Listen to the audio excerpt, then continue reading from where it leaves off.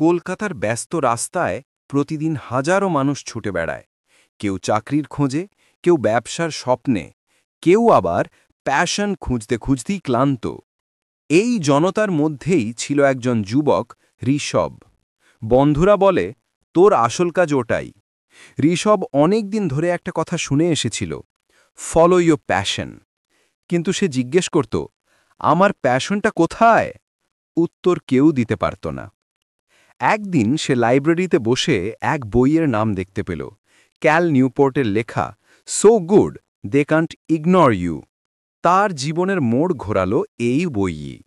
আজকের গল্প, ঋষভের চোখে ক্যাল নিউপোর্টের সেই শিক্ষাগুলো। ক্যাল নিউপোর্ট বলেন, passion is rare, passion is cultivated, not discovered. মানুষ ভাবে, আমি নাচ পছন্দ করি, আমি নাচেই কেরিয়ার করব। আমি গান ভালোবাসি, আমার ভবিষ্যৎ গায়কে। কিন্তু সত্য হল, প্যাশন শুরুতে থাকে না, প্যাশন তৈরি হয় দক্ষতা থেকে। ঋষভ ভাবল, তাহলে এতদিন আমি ভুল জিনিসের পিছনে ছুটছিলাম। ক্যাল নিউপোর্টের সবচেয়ে শক্তিশালী কথা, be so good they can't ignore you.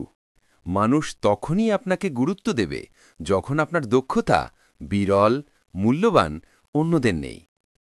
Rishabh নিজের দক্ষতা খুঁজতে লাগল। না, তার প্যাশন নয়, তার স্কিল। স্কিল এমন কিছু যা তৈরি করা যায়। সে প্রতিদিন ঠিক করল, 1 ঘন্টা deep work, no mobile, no social media, শুধু কাজ। ধীরে ধীরে তার দক্ষতা সাধারণ থেকে অসাধারণে রূপ নিল। বইটির দ্বিতীয় মূল ধারণা, ক্যারিয়ার ক্যাপিটাল। যত বেশি স্কিল তত বেশি সুযোগ, যত বেশি দক্ষতা তত বেশি স্বাধীনতা। ঋষভ বুঝল, জীবনে স্বাধীনতা পেতে হলে আমাকে আগে নিজের ভেতর মূল্য তৈরি করতে হবে। সে 3 ধরনের ক্যারিয়ার ক্যাপিটাল তৈরি করল: technical skill, communication skill, problem solving skill. এই 3টি তাকে ভিড় থেকে আলাদা করল। ক্যাল নিউপোর্ট বলেন, passion isn't a starting point, it's a result of mastering a mission. Rishabh ভাবতে লাগল, তার বড় উদ্দেশ্য কি?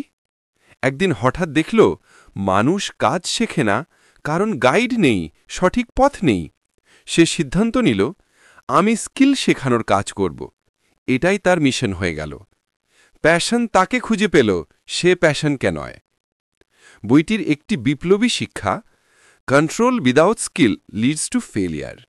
ঋষভ দেখল, অনেকে চাকরি ছেড়ে ব্যবসা করে, কিন্তু স্কিল নেই, তাই ব্যর্থ হয়। আপনি যে কাজটিতে দক্ষ হয়ে যান, আপনি সেটিকেই ভালোবাসতে শুরু করেন, কারণ সেই কাজ আপনাকে সম্মান দেয়, স্বাধীনতা দেয়, টাকা দেয়, পরিচয় দেয়, গর্ব দেয়। ঋষভের গল্পের শেষে সে আপনা থেকেই বলে, এটাই আমার প্যাশন। কিন্তু সত্য হল, সে নিজে তার প্যাশন তৈরি করেছে। ক্যাল নিউপোর্টের শিক্ষা, প্যাশন খুঁজবেন না, এত ভালো হন যাতে প্যাশন নিজে থেকে আপনাকে খুঁজে পায়।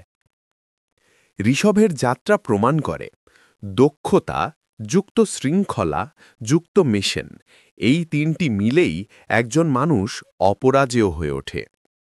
আপনিও পারবেন, শুধু এমন ভালো হন যাতে কেউ আপনাকে উপেক্ষা করার সাহস না পায়।